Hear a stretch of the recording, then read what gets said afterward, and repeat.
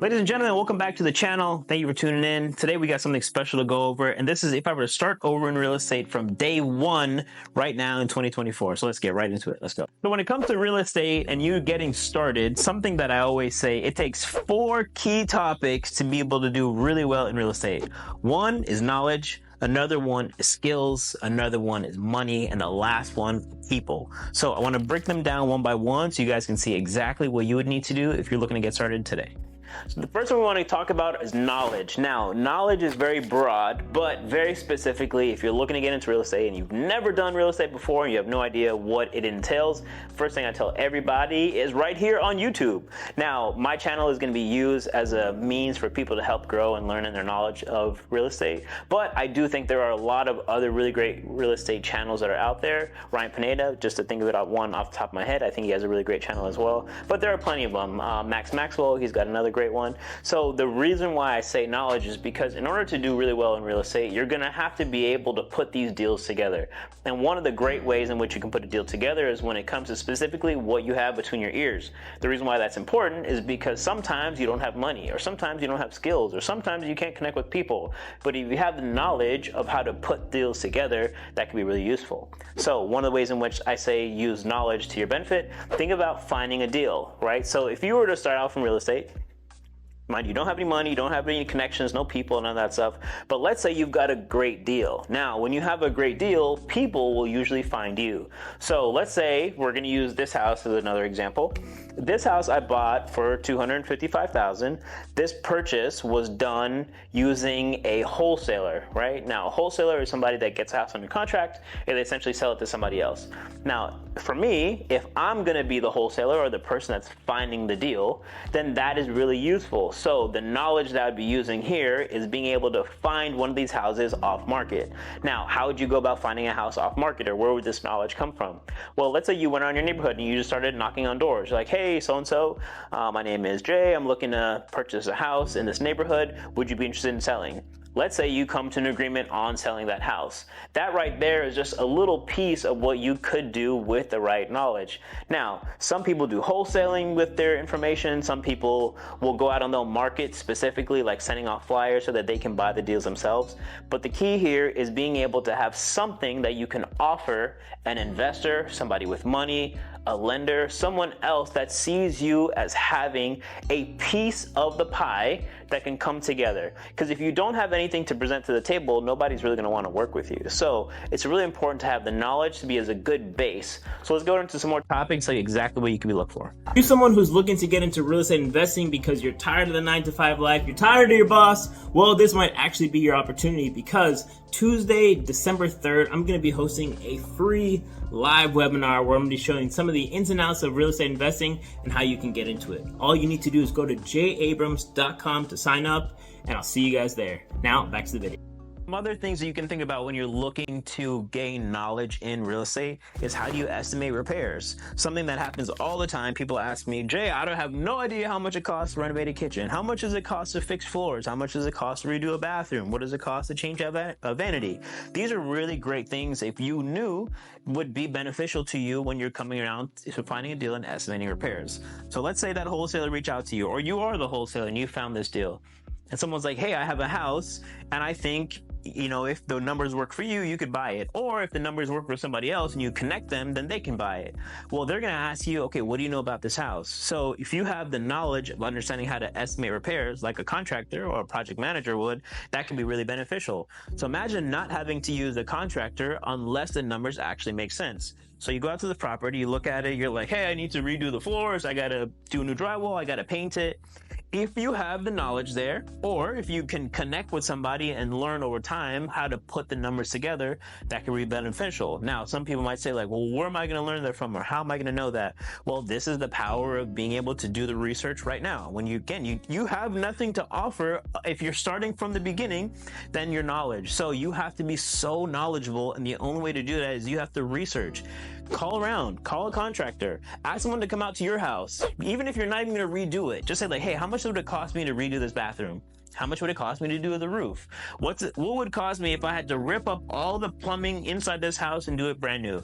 Now, you're going to get a varying range of prices on what people say, but I do think the knowledge of at least having some understanding or where to go to find the people who can give you those estimates is going to be really powerful, because you want to try to bring something to the table.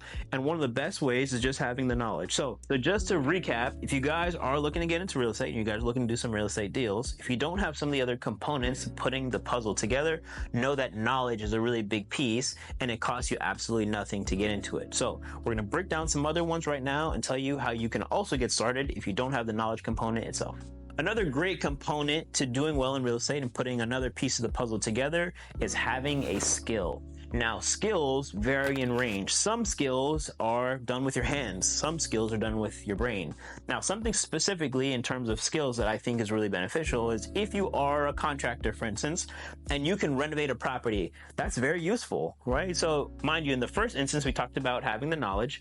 Now we have another instance of somebody that actually has a skill that can physically do the labor itself, put the deal together by actually fixing the floors, actually fixing the bathrooms and changing out vanities and painting the walls and so on and so forth. So if you have a skill set like a contractor, if you have a skill set of putting people together, right? Let's say you're somebody who's a really great connector. Think of that friend of yours that you know or someone that you've met before who are just really great at people. Their people skills are unmatched. And they're really great at just connecting people together.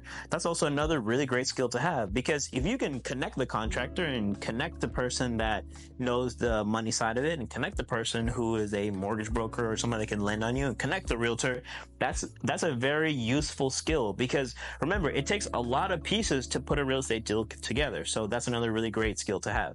Another great skill that you might have is finding money. So I tell everyone, to me, this is my own personal opinion, the hardest aspect of real estate is finding the money aspect. Now, you're always going to be able to find lenders. Plenty of lenders are going to want to do deals with you, but they're always going to want you to put down some money so that they know that you're invested into the deal. Makes perfect sense. But sometimes if you can find somebody who's private and someone who is willing to put up all or majority of the money with you having to put up as much, also makes it even more lucrative to you, because you're making money without putting anything into it. Now, the challenge with that a lot of times is that these lenders, they want to know that you're committed. So for them, seeing that money go in is your commitment in their opinion. But I do think having the component and the skill of finding somebody with the money or being able to connect people with the money is also going to be really powerful. Now, here's why something like that is really useful. On the very first real estate deal that I bought, unknowingly, I connected with somebody who had that money component. Now, I knew he had the money component, but I didn't realize the skill that was behind it, having him have the money component, because I didn't know anything about real estate outside of, hey, I have a great deal. But I got lucky in the sense that because he had the money, I essentially checked off one of those skills that I didn't realize was necessary in order to put the deal together. So, to give you some backstory. When they first told me about this property and what they were willing to do, they just said like, hey, Jay, I know you got a lot of construction experience. I know you got a lot of design experience. I have a bunch of money. Let's do a deal together. At that time, I was just thinking, cool, this would be a great opportunity for us to do something. But it wasn't until the deal actually came together that I realized how useful it was having somebody like him, because I didn't have to go searching for the money. Now, typically on real estate transactions, you're going to go through a hard money lender or someone who actually offers a lot of the lending for you. And they're going to be the first position lien on the property. That first position lien is essentially them saying, if you don't make this payment towards me every month, I'm going to come and take over the property, because that's essentially the collateral that's being put up for them loaning you this money. Well, when you have somebody that is wealthy or somebody that has a large set of money that can put into the deal, you essentially don't have to worry about that first position lien anymore, because now you're partnered up with somebody who's putting the money in, and you're essentially putting your time, energy, knowledge into the deal, and that's the way you balance it out so that the two of you make out the same. So on this particular deal, I got connected with this guy. He was actually a past client of mine from a previous industry, and after we did the deal, we sold it and we split it in half. Amazing. But I do think there's something to be said about being able to put people together like that. Again, there's a lot of different skills that you can apply here, whether it's knowledge, whether it's the money. We're going to go into some of them right now, but I do think something that's going to be incredibly useful. Find and connect with people who have money so that you don't have to put up your own. The next one I want to get into specifically are connecting people. Now, a lot of these serve several masters, right? Because we're going to talk about being able to have a skill of finding someone that has the money, having a skill of the knowledge. And a lot of times, like when you have those skills, they connect with other topics. Now, in this particular one, we're talking about how to connect with people. The reason why I say how to connect with people, because it's actually a much broader topic. It's not just connecting with the lenders and the mortgage brokers and the people that you would meet in a real estate investment group, but it's also how do you connect with people as a whole. So something that I always say is one of the most underrated aspects of real estate is door knocking, because I think I've made more money door knocking than I have in any other endeavor in which I've marketed towards homeowners. And the reason why I think it's important is because you get that one-on-one connection and you get it right in that moment. Typically, when you send out flyers, right, or I'm sure many of you probably got in the mail, it's like, hey, Jonathan, we see your house at 531 Main Street. Would you be looking to sell it, right? All those are flyers typically from people who are wholesaling.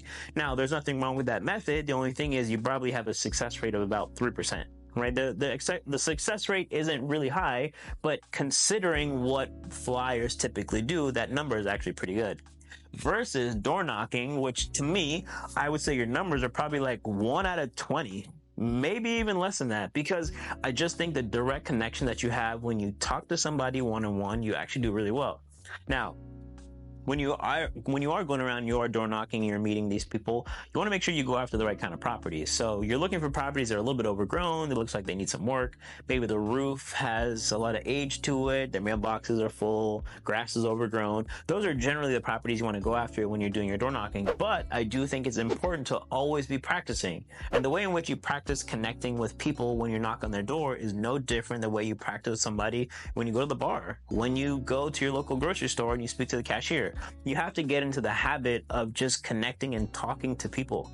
Now, sometimes some of you out there might be an introvert or someone who doesn't really want to go out there and put themselves, but you have to realize in order to be successful in this game, the squeaky wheel gets the attention. So you're going to need to put yourself out there in more situations so that when the time comes and you actually meet the person and you're standing in front of them at the door, you don't freeze up. You don't lock up, which is a very common thing that happens when people don't have a lot of experience talking to people that are a stranger.